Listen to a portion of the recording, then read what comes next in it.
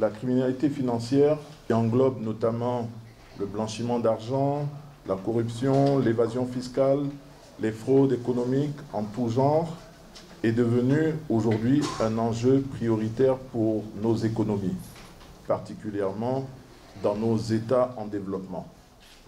Ce phénomène préoccupant ne nuit pas seulement aux équilibres économiques, mais menace également la confiance des investisseurs, freine l'innovation, aggrave les inégalités sociales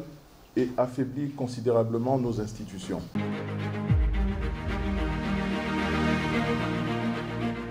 Aujourd'hui, plus que jamais, l'implication active du secteur privé n'est plus une simple option, mais une exigence absolue pour assurer la pérennité et l'attractivité de notre économie, reconnue parmi les leaders du continent. Chers partenaires du patronat, en invitant les acteurs nationaux à prendre part aux travaux de formation et de sensibilisation sur la lutte contre la criminalité financière, vous affirmez votre engagement à contribuer, aux côtés du gouvernement, à la protection des populations et de leurs biens,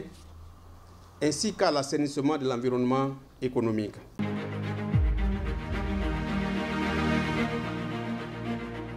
Les entreprises doivent retenir dans tous ces textes qui sont, c'est vrai, divers et épars, retenir que désormais, en tant qu'entreprise, elles représentent un acteur clé de la lutte contre la criminalité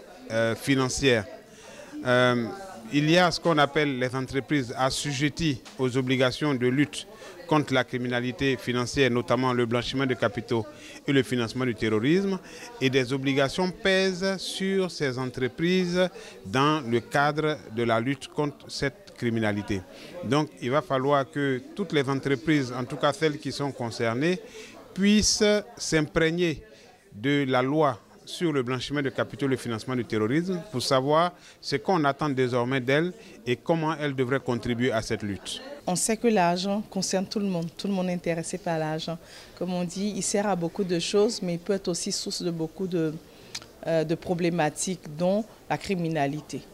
Donc aujourd'hui, on nous a montré que chacun à son niveau devrait s'imprégner des obligations qui découlent de la loi qui lui incombe pour qu'on ait une lutte contre la criminalité financière efficace, pour qu'on puisse, dans cet élan d'effort-là, sortir aussi de la liste grise du GAFI, où la Côte d'Ivoire est inscrite depuis le 24 octobre 2024.